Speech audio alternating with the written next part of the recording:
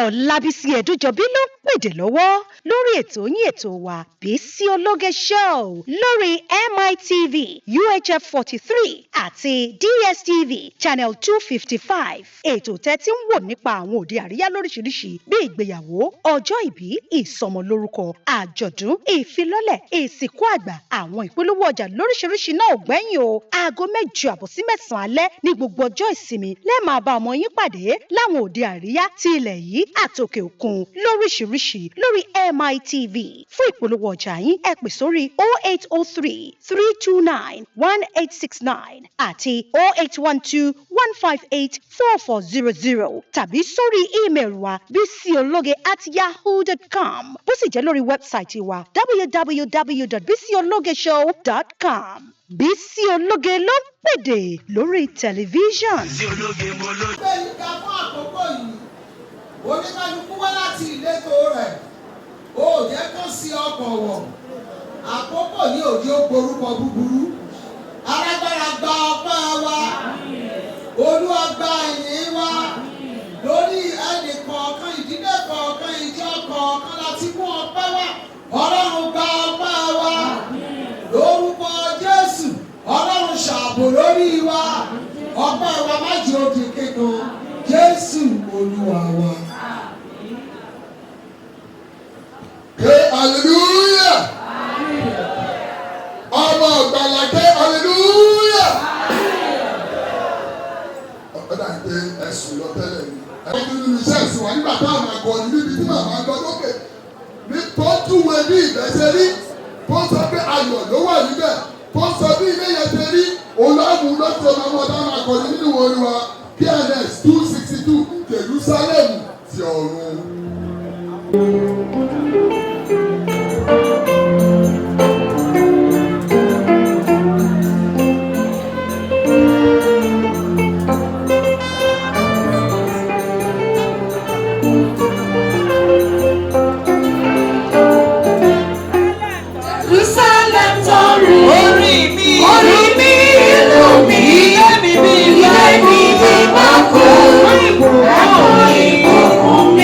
Yeah.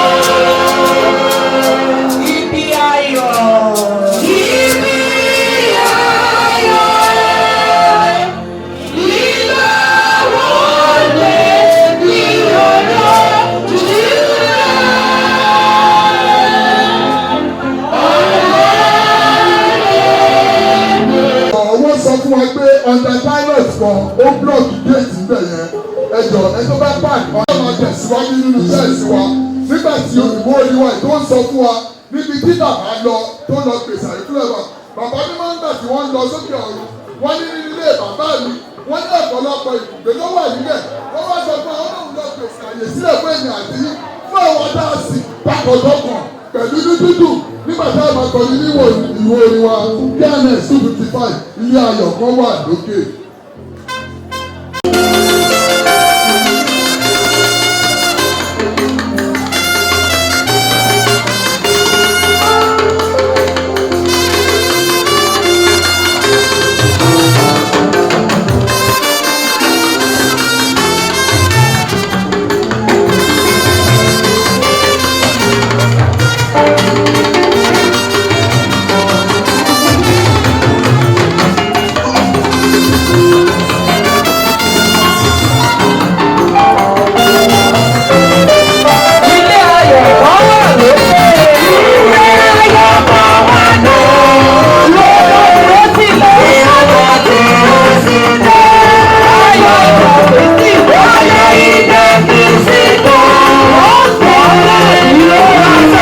Yeah.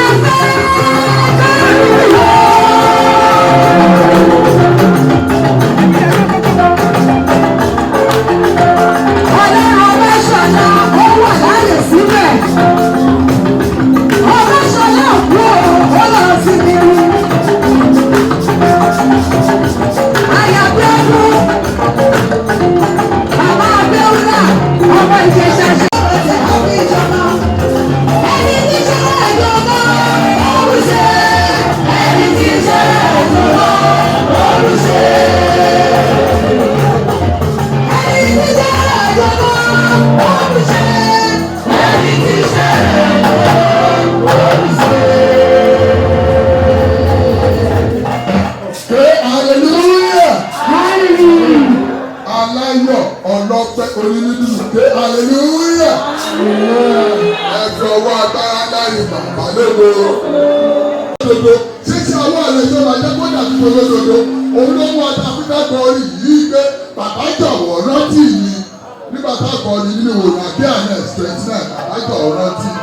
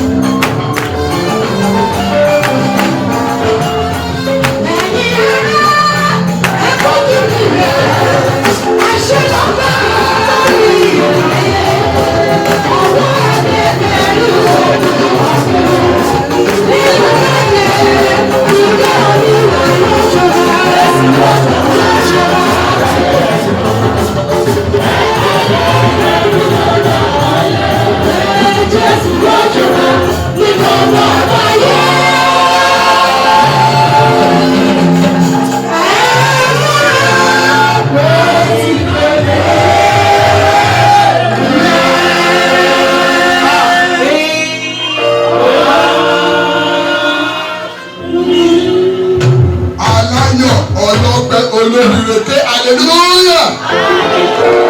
Ẹ fi ọwọ́ agbára láyìn bàbá lógo. Ó mú mi rántí orin kan, orin ẹ̀ sọ báwo ni màmá òkú ilé ló lọ, ilé ló lọ ooo. Ilé ayọ̀.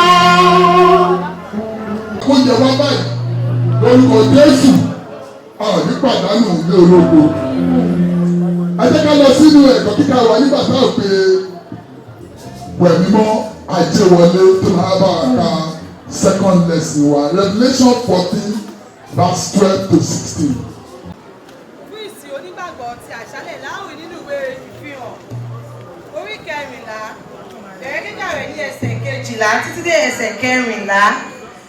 Ẹ̀kọ́ kíkà wa fún ìsìn onígbàgbọ́ àṣálẹ̀ ní àárín nínú ìwé ìfihàn orí kẹrìnlá bẹ̀rẹ̀ kíkà rẹ̀ ní ẹsẹ̀ kejìlá títí dé ìkẹrìnlá. Our second lesson for today's Christian week shall be taken from the book of Revelation 14, reading from verse 12 to 14. Tí ó kà báyìí. Níyìn ni sùúrù àwọn ènìyàn mímọ́ ń gbé wà. Àwọn tí ń pa òfin Ọlọ́run àti ìgbàgbọ́ Jésù mọ́. Mo sì gbọ́ ohùn kan láti ọ̀run wá. Wí fún mi pé kọ̀wé rẹ̀. Alábùkún ni fún àwọn òkú tí ó kú nípa ti Olúwa láti ìyìn lọ. Bẹ́ẹ̀ ni èmi wí kí ìwọ kí ó sì lọ sinmi kúrò nínú làálàá wọn nítorí iṣẹ́ wọn tọ̀ wọ́n lẹ́yìn. Ẹsẹ̀ kẹrìnlá tí ń ṣe ìdánidúró ẹ̀dùnkọ̀ náà. Mo sì wò ó sì kíyèsí àwọsánmọ̀ funfun kan àti lórí àwọsánmọ̀ náà ẹnìkan jókòó tí ó dàbí ọmọ ènìyàn tí òun ti adé wúrà ní orí rẹ̀ àti dòjé mímú ní ọwọ́ rẹ̀. Báyìí ni a parí ẹ̀kọ́ kíkà náà. Kí Olúwa kó bùsí gbígbọ́ àti kíkà ọ̀rọ̀ rẹ̀ fún ìgbàlẹ̀ ẹ̀mí wa.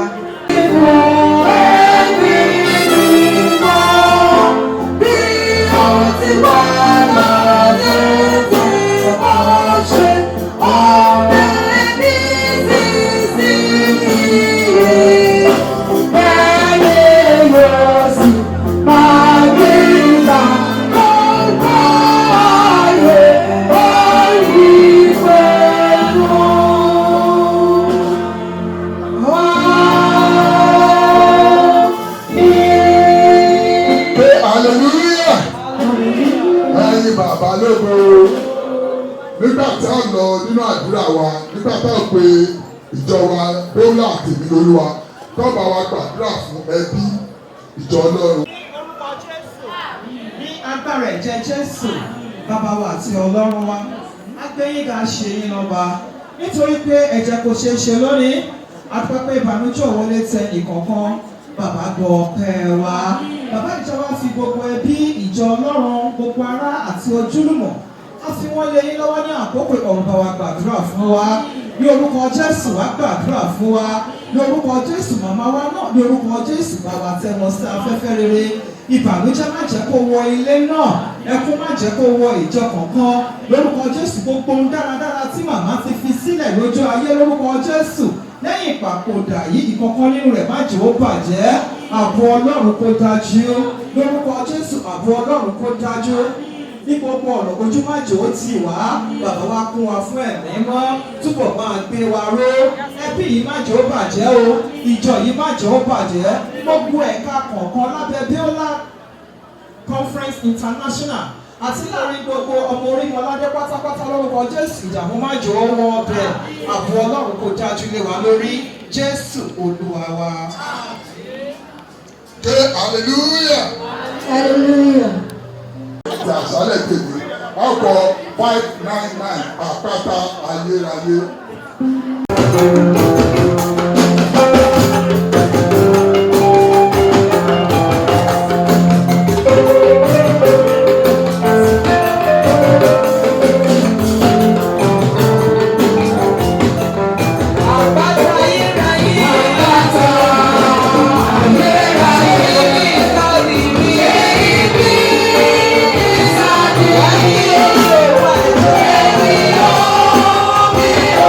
Yeah.